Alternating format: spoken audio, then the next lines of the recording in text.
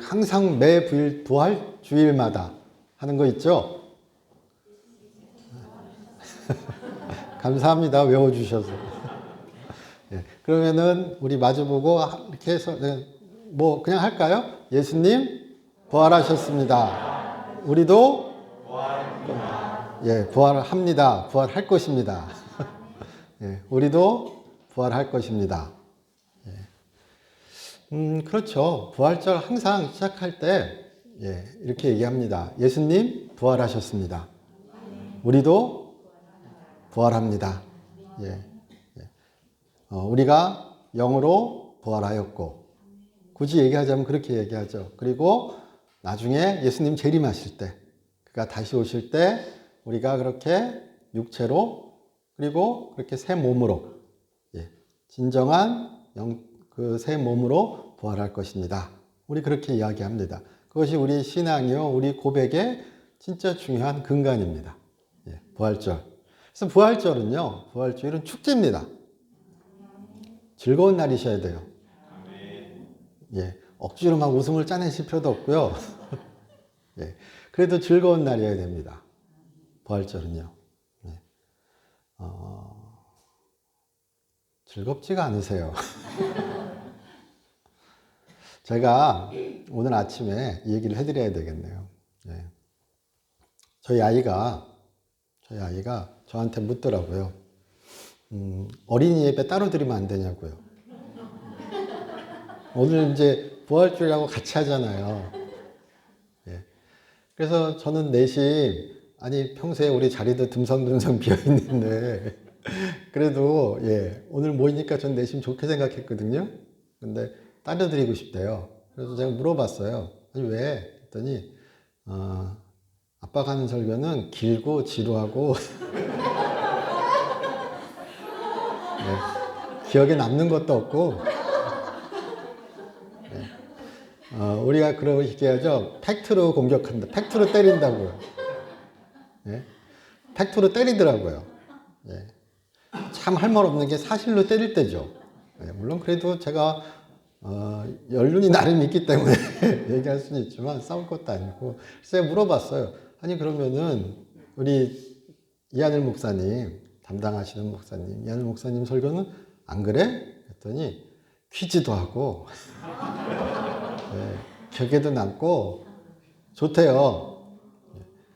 배신감을 느끼는 거죠. 근데 참 감사했습니다. 평소에 그렇게 예배가 좋았다는 거니까요. 그쵸? 예. 오늘 하루만 참으라고. 예. 우리 부활절 그러면요. 들어오실 때 달걀 보셨죠? 계란. 예. 그리고 오늘 항상 저희 부활절 보시면 여기에 꽃. 예. 백합. 예. 백합. 그리고 비둘기. 비둘기 맞죠? 아니, 몰라요. 비둘기까지라고 생각합니다. 근데 보통, 예, 비둘기도 우리 많이 그리고요. 예, 백합이랑 또 많이 하는 게 나비. 나비 오히려 많이 해요. 나비, 우리 부활을, 그러니까 회개 있죠, 회개. 회개를 메타노이아라는 헬라어로 얘기합니다. 근데 그것이, 고전 헬라어로 얘기할 때는요, 회개가 되기도 하고, 우리 기독교에서 쓰일 때, 생물학에서 쓰이면은 변태입니다. 예, 번데기가 나비가 되는 것. 그러니까 그런 것처럼 회개란 무엇이냐? 완전히 다른 존재가 되는 것. 새 사람이 되는 것. 그 번데기에서 나비의 유충이 나비가 되듯이, 예, 회개란 무엇인가 그럴 때 그렇게 새 사람이 되는 것. 그리스도로 옷 입는 것. 우리 이렇게 회개를 또 나타내기도 합니다. 그래서 나비가 그런 의미가 있기 때문에 나비로 그렇게 부활절 나타낼 때 장식으로 쓰이기도 하고요. 또 이렇게 변화되는 것, 그런 것으로 의미되기도 하고요. 백합 있죠. 백합은 우리 뭐 꽃말 다 상징이 있잖아요. 그런 거 얘기할 때 정결, 선, 하나님의 승리 이런 것을 상징한다고 이야기합니다. 예, 그러니까 오늘만이라도 보면서 하나님이 승리하셨다. 예수가 사망을 이기셨다.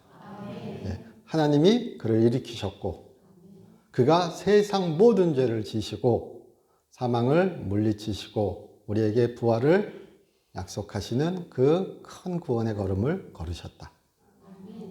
그것이 우리의 기쁨이 되고 그것이 우리의 고백이 되어서 우리 삶의 큰 소망으로 이렇게 기쁨으로 걸어가셨으면 좋겠습니다. 그러니까 기쁜 날이죠. 나가실 때 꼭 계란 받아가세요. 계란도 그런 의미에서 우리 얘기하잖아요. 계란에서 이렇게 그런 변화의 의미, 또 새롭게 태어나는 의미, 뭐 계란에 대한 속설이 되게 여러 가지 있습니다. 그렇게 여러 가지 있는데 그 중에서 저는 가장 마음에 드는 것이 그런 의미인 것 같습니다. 그렇게 새로 태어나는 것, 그게 부활입니다. 제가 이렇게 글을 읽다 보니까 한국 루터교회 최주원 감독이라 그래야 되나요? 그분이 올린 글 중에 부활절 여러 가지 이야기가 있더라고요. 부활절을 기념하고 부활주의를 이렇게 축하하는 여러 가지 각 나라의 풍습들 그런 것을 이야기하는데 제가 참 신기하게 저는 처음 알았어요. 들었던 것이 이태리에서는요 어린아이들에게는 초콜릿 준대요. 이태리 가고 싶죠? 우린 계란인데 계란에 요구르트인데 백설기도 있죠. 초콜릿을 나눠주고요 어린아이한테는. 그리고 어른들한테가요? 갑자기 헷갈리네요. 초콜릿을 나눠주고 그러네요. 어른들끼리는 초콜릿을 나누고 어린아이들한테는 맞나요? 반대로 됐나? 나비 모양을 닮은 빵을 나눠준대요. 아까 나비 모양 말씀드렸잖아요. 그런 식으로. 그리고 미국 같은 경우에 거기도 계란 나눠줍니다. 부활절 계란 나눠주고요. 또 계란 굴리기 대회도 한대요. 계란 찾기 대회도 합니다. 그런 식으로. 그런 뭐라 그러죠? 기록 중에 어디서 찾으셨나 봐요. 한국에 천주교가 전파된 것은 되게 오래됐죠. 영종과 정조 시대 때로 제가 알고 있는데 1800년 그 시기니까요. 1800년 초반이니까요. 19세기. 그때 이렇게 한국 천주교회사 이런 어떤 무슨 책에 나와 있나 봐요. 그 기록이 나와 있는데 1800년 엄청 지금 몇 년이죠? 2023년. 그럼 1800년이면은 223년 전 부활절 풍경인 거예요. 원종배, 원경도, 그리고 이중배라는 분이 천주교 신자인 거죠. 천주교 신자분이 부활 대축일을 맞이하여, 이름도 옛스럽죠. 부활 대축일을 맞이하여 친구인 정종호의 집에서 정종호의 집에서 4월에 부활 대축일 잔치를 열었답니다. 개고기를 준비하고 술을 준비하여서 할렐루야와 무슨 이렇게 기도문 같은 것이 있나 봐요. 그것을 외우면서 기도하고 이렇게 마을 잔치를 열었대요. 그러니까 그런 기록만 보더라도 부활절은요 잔치의 날이에요. 축제의 날이에요. 우리가 뭐 그렇게 지금 당연히 예배드리는 것은 왜 부활을 기념하고 기억하고 감사하고 그리고 그 기쁨을 나누기 위해서죠. 생각해 보시면요. 그래서 부활절이 우리에게 그런 축제가 되셨으면 좋겠습니다. 예배가 없이 마치 믿지 않는 사람들이 성탄절을 그냥 단순히 휴일로 지키는 것처럼 그렇게 휴일이 된다면 그것은 잘못된 거죠. 그러나 그런 하나님께서 그의 아들 예수를 살리셨고 그것이 우리의 부활에 대한 큰 약속이 된 그런 구원의 큰 사건을 기념하는 기쁨의 날이 오늘이 되셨으면 좋겠습니다. 그리고 그 기쁨을 같이 나눌 수 있는 그런 하루가 되시기를 주님의 이름으로 축복합니다. 예. 저희 오늘 본문을 한번 같이 보겠습니다. 골로새서 3장 1절부터 4절까지를 같이 읽었습니다. 예. 오늘 부활주일인데 이렇게 오늘 본문을 한번 보시면은 너희가 그리스도와 함께 다시 살리심을 받았으면 위의 것을 찾으라 이렇게 나오죠. 사도 바울이 함께 다시 살리심을 받았으면 그렇죠. 그러니까 사도 바울이 골로새 교회에 이야기하는데 골로새 교회 성도들에게 그렇게 이야기합니다. 너희는 그리스도와 함께 다시 살리심을 받았다. 예, 너무나 당연한 얘기 같으나 앞에 2장 12절 한번 보시면요. 너희가 세례로 그리스도와 함께 장사되고 또 죽은 자들 가운데서 그를 일으키신 하나님의 역사를 믿음으로 말미암아 그 안에서 함께 일으키심을 받았느니라. 예. 그것이 우리의 신앙 고백 중에 한 가지죠. 예. 너희가 세례로 그리스도와 함께 장사되고 교회 오면 그리고 우리가 믿음의 고백을 할 때 많이 하시는 이야기죠. 세례로 세례 가운데 너희가 그리스도와 함께 장사되었다. 여기서 외적인 표현은 우리가 말하는 물세례, 침례가 되겠죠. 그러나 실질적으로 이 세례는 성령이 우리에게 주시는 세례죠. 예, 영적으로, 영으로 하나님의 영이 역사하셔서 그리스도께서 십자가에 장사되실 때 세상 죄를 지신 것처럼 우리 안에서 그의 성령이 우리의 죄를 씻겨내 주신다. 우리가 죄로부터 죽는다. 이 얘기를 교회에서 항상 우리가 고백하죠. 사도 바울은 그렇게 이야기하는 겁니다. 새 사람이 되었을 때 믿음을 고백하고 하나님을 아버지라 부르며 우리가 그렇게 구원의 길에 들어섰을 때 우리가 그렇게 다시 태어났을 때 중생이라고 얘기하는 칭의와 중생이라고 얘기하는 우리가 그 과정 가운데서 하나님은 우리의 죄를 씻어주셨고 우리는 또한 그와 함께 장사되었고 그 의미가 그 죄가 십자가에 못 박혔고 그렇죠? 그가 십자가에 못 박히신 것처럼 우리 또한 우리의 죄 또한 그렇게 그의 십자가 안에서 그렇게 장사되었다. 우리 또한 그렇죠. 그것을 얘기할 때 우리가 그와 함께 장사되었다. 이렇게 얘기하잖아요. 그와 함께 죽고 그리고 그와 함께 다시 살아났다. 그렇죠? 그럼 그와 함께 다시 살아났다는 의미는 뭘까요? 예수께서 살아나신 것은 육체로 다시 살아나신 거죠. 우리가 다시 그렇게 육체로 다시 살아나는 것은 예수께서 재림하시고 그때의 일이죠.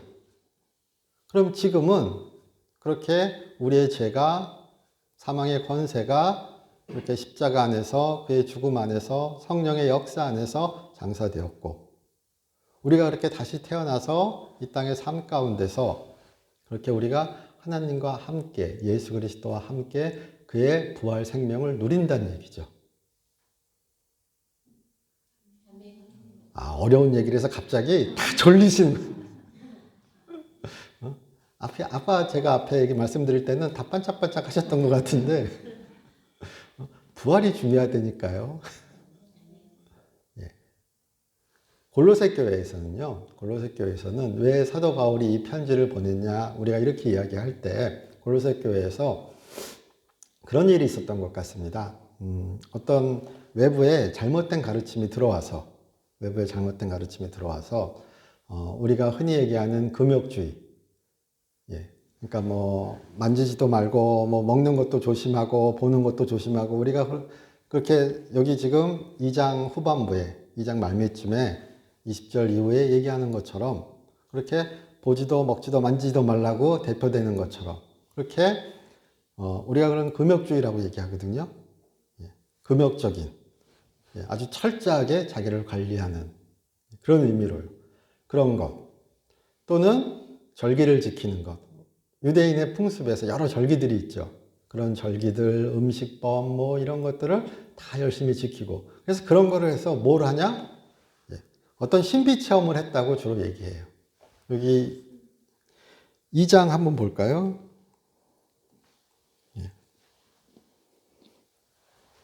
2장 17절, 18절입니다. 아무도 꾸며낸 겸손과 청사 숭배를 이유로 너희를 정죄하지 못하게 하라. 이런 표현이 나오죠. 꾸며낸 겸손과 천사 숭배를 이유로. 또는 뒤에 나오는 23절입니다. 자의적 숭배와 겸손과 몸을 괴롭게 하는 데는 지혜 있는 모양이나 오직 육체에 따르는 것을 금하는 데는 조금도 유익이 없느니라. 그렇죠. 그래서 이런 것을 풀어볼 때 이렇게 얘기합니다. 그렇게 그런 금욕으로 뭐 겸손으로 겸손이란 것이 우리가 흔히 말하는 윤리적 겸손 이런 것보다요. 그렇게 죄를 고백하는 자세 막 그 죄 때문에 회개하고 금식하고 막 그래가지고 막 이런 자세 이런 거 있죠. 하나님 앞에 겸손을 취하는 모습. 그런 겸손을 이야기하는 거예요. 그러니까 금식으로 대표되는 그런 겸손의 모습을 보이는 것. 그리고 그렇게 자신의 욕구를, 금욕을 자신을 자해하고 또는 그렇게 금욕을 통해서 그렇게 신비 체험을 하여서 천상에 가서 천사를 보고 뭐 천사 예배 드리는 걸 보고 내가 뭘 했다고 막 그렇게 얘기하는 거 있죠. 그런 얘기들을 하는 거예요. 그러니까 이런 걸 해야 절기도 잘 지키고 율법도 잘 지키고 그렇게 하나님 앞에 겸손한 모습도 얼추 보면 맞는 얘기 같죠. 그리고 그렇게 금욕적인 삶을 살았더니 뭐가 돼? 내가 그냥 천상에 예배 드리는 모습을 보고 천사도 보고 천사들이 나에게 막 알려주고 뭐 얼마나 폼나요. 그렇죠. 너희 못 보지. 내가 그냥 금식 한번 하고 이렇게 그냥 하니까 기도하니까 그냥 천상이 하늘 회의가 다 보여. 이러면 요즘 또 뻑가잖아요. 제가 좀 과장되게 얘기하지만 그러니까 사도 바울이 이야기하는 거예요. 그리스도가 만유의 주시다. 근데 그렇게 얘기하는데 왜 그러는가? 이거는 마치 그런 것 같은 겁니다. 그렇게 열심히 자기를 괴롭게 해서 그렇게 겸손의 모양을 취해서 그렇게 금욕의 모양을 취해서 하늘로 냈다 달려가려고 그러는 거예요. 근데 지금 사도 바울은 이렇게 얘기합니다. 골로새 교회 교인들에게. 그가 다 이루셨다.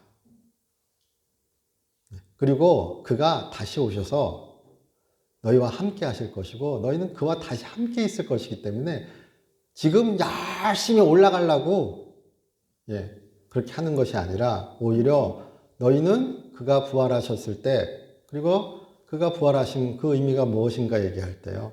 그 의미가 무엇인가 얘기할 때 에베소서도 마찬가지 얘기를 합니다. 그가 하늘 우편에 앉으셨을 때 하늘 우편에 하나님 우편에 앉으신 것처럼 너희도 그와 함께 있다. 그를 주로 고백하고 하나님의 구원을 믿는 너희는 지금 이 땅에 있지만 또한 하늘에서 그와 함께 있다. 이렇게 이야기합니다. 이거 안 믿으세요? 아멘이 안 나와요. 이러면 제가 성경을 보여드려야 되죠. 무슨 이상한 얘기 하는 거야. 막 이러시잖아요. 제 눈빛이 그래요. 에베소서 2장 한번 보세요. 에베소서 2장. 저희 우리 예배 시작할 때, 예배 시작할 때 제가 읽어드렸는데요. 에베소서 2장 5절, 6절입니다. 6절. 5절부터 한번 볼까요? 신약성경 311쪽. 에베소서 2장 5절, 6절. 제가 같이 한번 읽어보겠습니다. 읽겠습니다. 허물로 죽은 우리를 그리스도와 함께 살리셨고 너희는 은혜로 구원을 받은 것이라. 또 함께 일으키사 그리스도 예수 안에서 함께 하늘에 앉히시니. 제가 거짓말해요? 저도 찾아보고 합니다. 함께 일으키시니 오늘 우리가 읽은 이 구절이요. 이 헬라어 구절이 신약 성경에 딱 3번 나옵니다. 에베소서 2장 6절 우리가 본 그리고 골로새서 2장 12절 그리고 오늘 우리가 읽은 골로새서 3장 1절. 함께 일으키셨다. 예. 그가 교회에서 얘기하는데요. 예. 그를 일으키셨죠. 예. 그를 살리셨잖아요. 그것은 완전한 부활이죠. 근데 그가 함께 일으키셨다 그럴 때 그 의미가 무엇이냐 그럴 때 그가 함께 일으키신 것은 일단 우리가 영적으로 부활하였다는 거죠. 예, 영으로 다시 태어났다는 거죠. 새 사람을 입어가는 거라는 거죠. 예, 그걸 우리가 중생이라고 얘기하잖아요. 예, 근데 그것은 또한 어떤 의미인가 얘기할 때 그가 하늘에 계셔서 우리가 열심히 그렇게 영적으로 막 우리가 흔히 아까 말한 그런 부정적인 의미로 그렇게 겸손의 모습을 취하고 금욕하고 뭐 막 이래가지고 하늘에 가서 뭐 저 천사 숭배를 하던 천사 예배하는 것을 보던 하늘 말을 듣고 막 다시 내려오던 예, 이런 것이 아니라 이미 그리스도와 함께 우리는 하늘에 있다.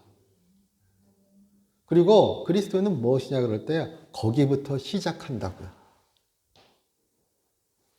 믿는 자는 그리스도와 함께 하늘에 있습니다. 이것을 실현된 종말론이라고 얘기해요. 근데 그 교회를, 그러니까 에베소 교회도 그랬고요. 지금 골로새 교회도 그렇고 그 교회의 문제가 그리스도를 전적으로 의지하지 않고 그리스도를 진짜 만유의 주로 믿지 못하고 자꾸 딴 것을, 딴 방향을 얘기하면서 잘못된 길로 가는 것 같은 거예요. 그래서 골로새서는 철저하게 그가 만유의 주시오 창조주요 그리고 그가 이루신 구원을 그로부터 시작한 구원을 이야기합니다. 그러면서 얘기하는 것이 무엇인가? 우리는 그와 함께 일으킴을 받았다. 우리는 그와 함께 있다. 하나님은 우리를 그와 함께 일으키셨다. 예. 그리고 일으키실 것이다. 나중에 완전한 부활로. 그걸 강조하는 거예요. 그래서 지금 에베소 2장 6절에도 우리 읽으신 그대로예요. 아까 5절, 6절. 죄로 죽은, 허물로 죽은 우리를 그리스도와 함께 살리셨고, 그렇죠.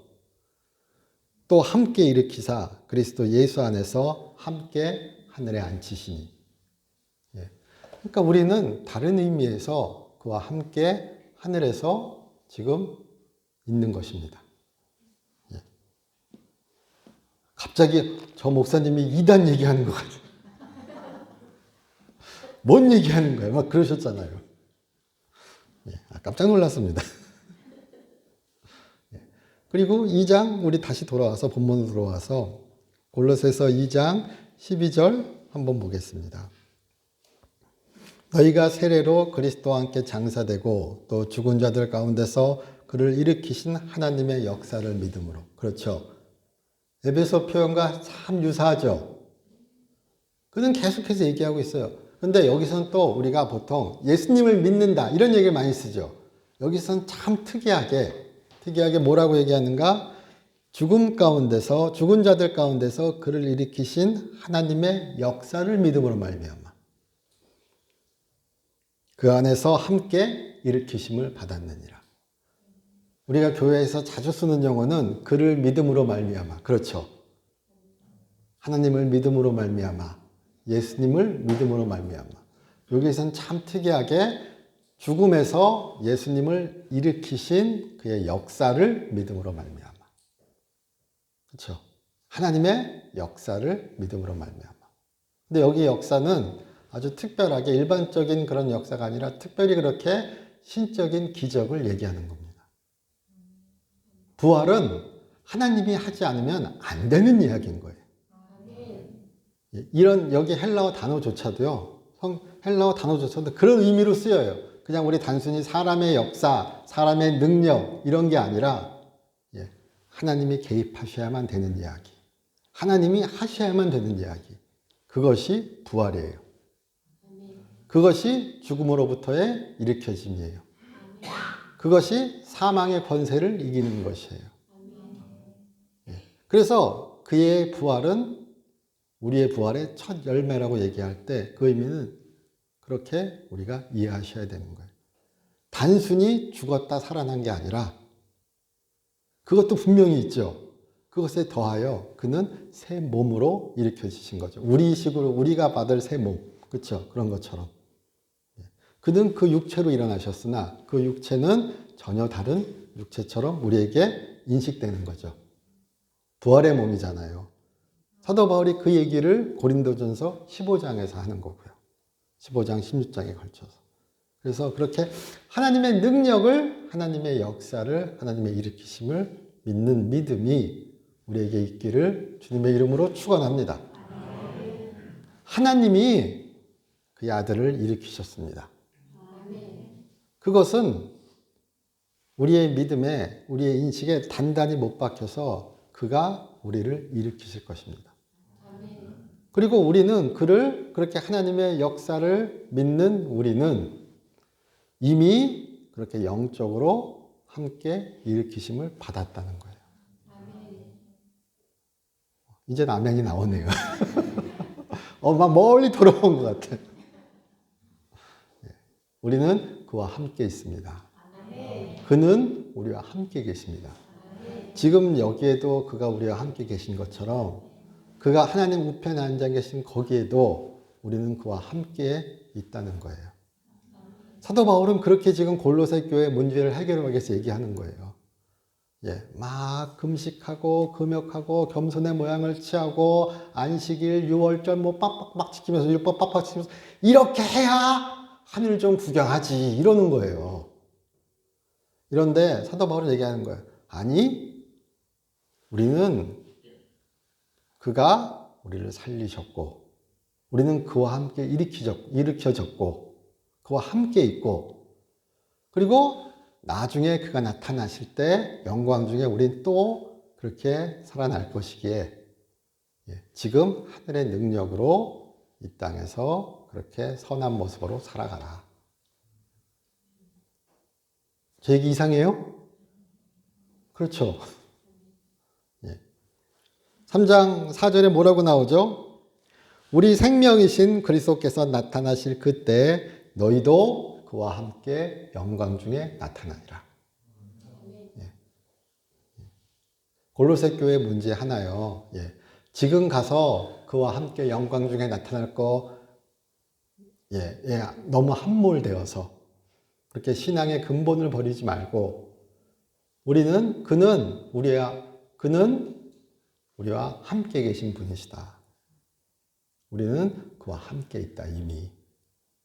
그러므로 또한 그가 나타나실 때 우리는 또한 영광 중에 그와 함께 나타나실 것이기에 이 땅에서 그렇게 부활의 삶을 부활의 주와 함께 살아가자라고 얘기하는 것이 골로새서 3장에서 4장에 걸친 이야기입니다.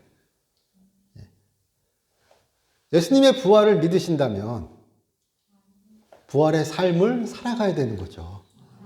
예수님의 부활을 믿으신다면 하나님이 그를 일으키셨기에 우리도 일으키셨다는 것을 믿죠. 죽음에서 그를 일으키신 하나님의 역사를 믿는 우리는 그와 함께 일으켜졌습니다. 골로새서 2장 12절의 이야기죠. 에베소서 2장 6절의 이야기죠. 그리고 골로새서 3장 1절의 이야기죠. 딱 3번 나옵니다. 얼마나 외우기도 편해요. 함께 일으키셨다. 그리고 그와 함께 있다. 그래서 그렇게 부활의 주님을 만난 우리가 되시기를 주님의 이름으로 축복합니다. 참 이거 저 어릴 때는 교회 가면요. 아주 어릴 때는 그런 얘기 좀 들어서 하도 오래돼서 기억도 가물가물합니다. 링컨 대통령 무지하게 인기 있었어요. 링컨 대통령 이야기. 요즘은 잘 인기 없는 것 같아요. 근데 제가 글을 읽다 보니까 링컨 대통령 이야기가 있더라고요. 그가 링컨 대통령 유명한 게 우리로 말하면은 국회의원 선거 나가서 숱하게 떨어진 거죠. 그가 변호사로서 선거 나가서 계속해서 낙선을 거듭하니까 사람들이 옆에서 보고 그럴 때 저러다 자살하면 어떡하지? 하도 떨어지니까 그가 그렇게 막 그 전에 변호사 되기 전에도 삶이 순탄했던 건 아니었습니다. 그런데 변호사 되고도 우리말로 하면 성급병이죠. 성급병 걸려가지고 그냥 나갈 때마다 돈은 돈대로 쓰고 떨어지는 거예요. 그리고 막 그렇게 그의 표정이 그의 뭐 나타나는 모습이 그랬나 봐요. 그래서 친구들이 그렇게 얘기했대요. 저러다가 자살하겠다고. 근데 그렇게 떨어지는 중에 그가 어느 날 그가 낙선한 날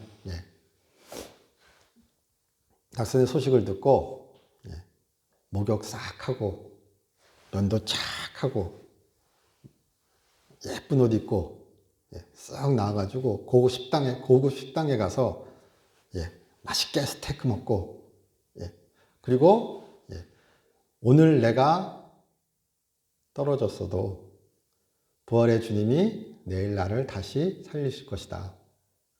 얘기했대요. 그렇게 다짐했대요. 그가 쓴 글에 그런 글이 있답니다. 그가 그렇게 절망 가운데, 좌절 가운데 있는데, 성경을 읽는데, 성경의 글에서 그가 부활하셨다. 그 부활의 주님이 그에게 크게 다가왔답니다. 함께 일으키셨다. 그가 함께 우리와 있다. 그것이 그에게 큰 약속이 된 거예요. 그리고 결국 그는 대통령이 됐죠. 공화당으로 옮겨서 선거에 붙고 뭐 그 다음에도 그냥 숱한 어려움의 길을 거뒀죠. 그러나 그의 한가운데 있는 것은 부활의 주님을 만난 체험이죠. 인식이죠. 깨달음이죠. 근데 그것은 하나님의 역사하심을 믿는 믿음이죠. 하나님이 예수를 죽음에서 일으키셨던 것처럼 나를 이 죽음 같은 상황에서도 일으키실 것이다. 그것이 그에게 큰 소망으로 다가왔다고 저는 믿습니다. 우리에게도 부활의 주님이 그렇게 큰 소망으로 약속으로 하나님이 우리를 그렇게 일으키실 것임을 우리 믿고 나가실 수 있기를 주님의 이름으로 축복합니다. 오늘이 며칠이죠? 4월 9일. 4월 9일. 부활절이 매번 바뀌죠, 매년. 부활주일이. 왜 매년 바뀌냐 그럴 때요. 그렇게 얘기합니다. 부활주일을 정하는 그 공식이라 그러나요? 그 약속은 다른 게 아니라, 동식이 다 있지만 기본적인 의미는 그렇습니다. 춘분 이후, 춘분이 지나고, 만월 이후, 보름달이죠. 춘분 지나고, 보름달 뜨고, 첫 번째 주일. 우리 농사 짓는 것도 아니고. 도대체 요즘 시대에 뭔 춘분이야, 그렇죠?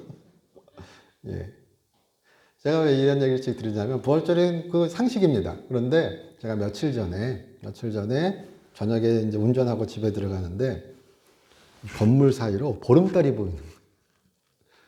예쁘잖아요. 밤에 이렇게 건물 사이로 보름달이 싹 있습니다. 근데 참 생각도 못 했습니다. 그 보름달 이후가 부활주일. 춘분 이후 첫 번째 보름달이 지나고, 그 다음 주일이 부활주일. 그래서 매년 바뀝니다. 춘분이 달라지잖아요. 만월도 달라지고요. 그래서 보통은 3월 20 며칠인가요? 부터 4월 20 며칠까지로 막 왔다 갔다 합니다. 그가 부활하셨다는 그 사실이 우리에게는 중요하죠. 하나님이 역사하신 것이죠. 죽음에서 승리하신 이야기죠.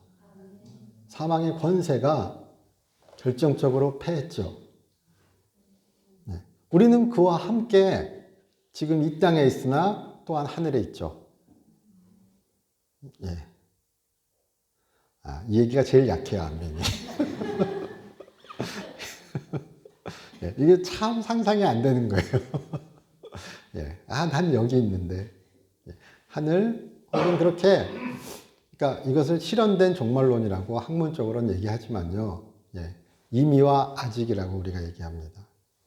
이미 하나님의 구원은 이루어졌고, 아직 그러니까 이미 하나님의 구원이 시작되었고, 아직 하나님의 구원이 완전히 완성되지 않았다.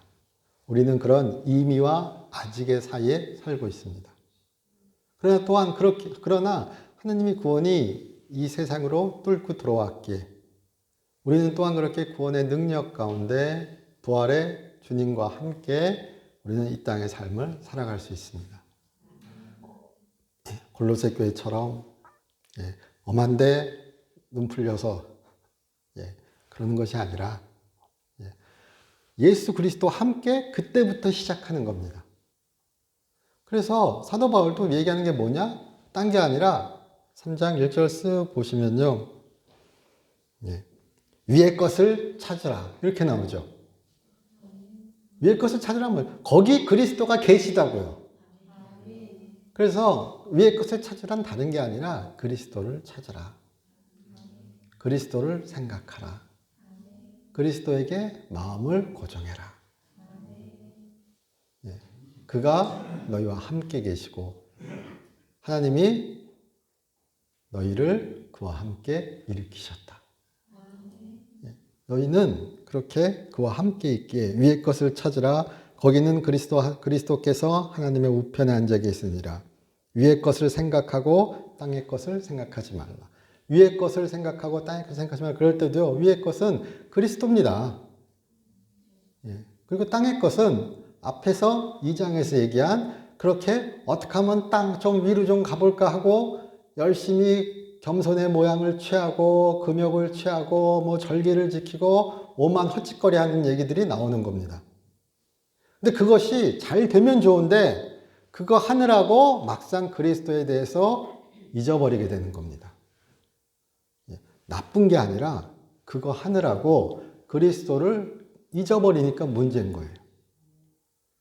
근데 사도 바울은 그게 아니고 그리스도로부터 시작하고 그리스도로 끝나라. 이 얘기는 분명히 우리 동의할 수 있죠. 3절 이는 너희가 죽었고 너희 생명이 그리스도와 함께 하나님 안에 감췄어. 너희가 죽었죠. 우리는 그리스도와 함께 장사되었죠. 그리고 어디 있다고? 너희 생명은 어디 있다고요? 그리스도와 함께 이미 하나님께서 감춰주셨대요. 어디에? 하늘에. 하나님이 감추었으니까 얼마나 안전해요. 이러면 또 구원파라 그래요.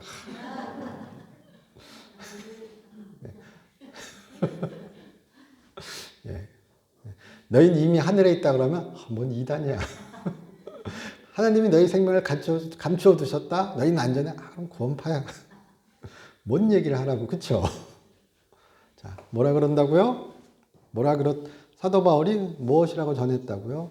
하나님께서 너희 생명을 그리스도와 함께 감추어 두셨다.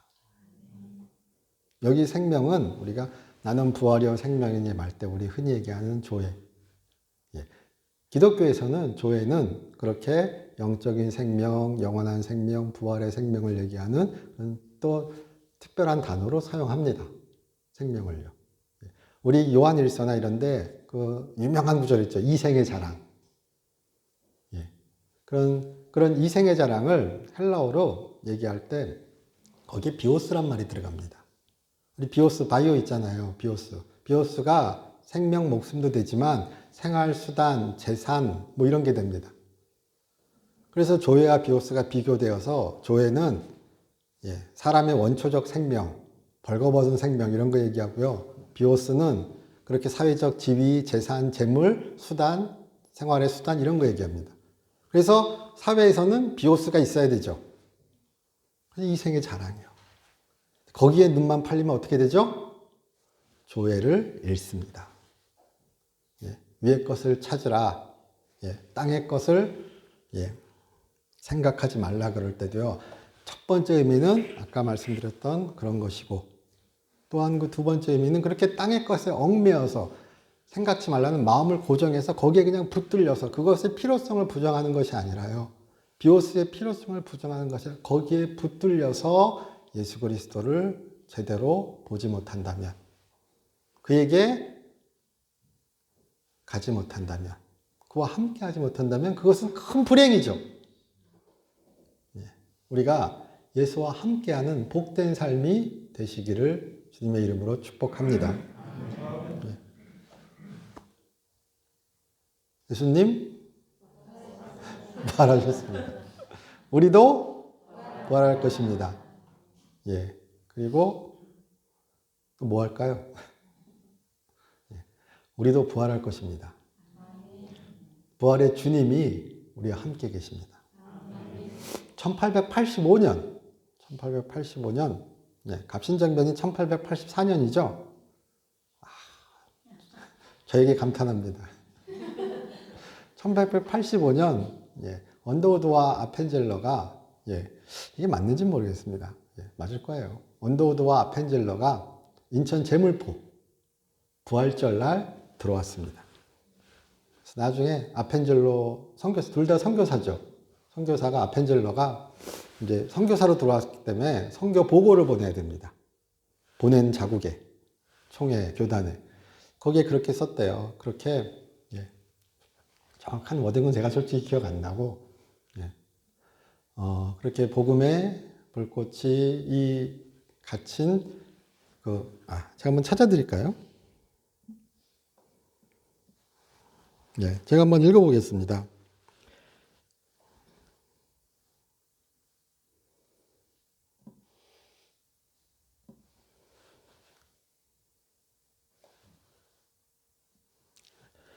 우리는 부활절에 이곳에 왔다. 그날 사명의 철창을 쳐부수고 부활하신 주님께서 조선의 결박을 끊어주시고 하나님의 자녀로 빛과 자유의 세계로 인도해 주시기를 기도했다. 태극기 부대예요? 아니죠. 그들은 그렇게 순교의 각오로 그렇게 복음을 들고 이 땅에 왔습니다. 그리고 그렇게 주님을 전하고 우리 땅에서도 우리 나라를 그렇게 어떻게 보면은 주님께서 지켜주셨다는 것 또한 우리의 고백이죠. 우리에게도 그런 부활의 주님이 함께 계시는 삶이 되시기를 주님의 이름으로 축원합니다. 저희 기도드리겠습니다. 하나님, 저희 사랑하여 주심을 감사드립니다. 주님과 함께하는 복된 삶 되게 하여 주시옵소서. 부활의 주님을 만난 함께하는 우리 되게 하여 주시옵소서. 주 예수 그리스도의 이름으로 기도드립니다.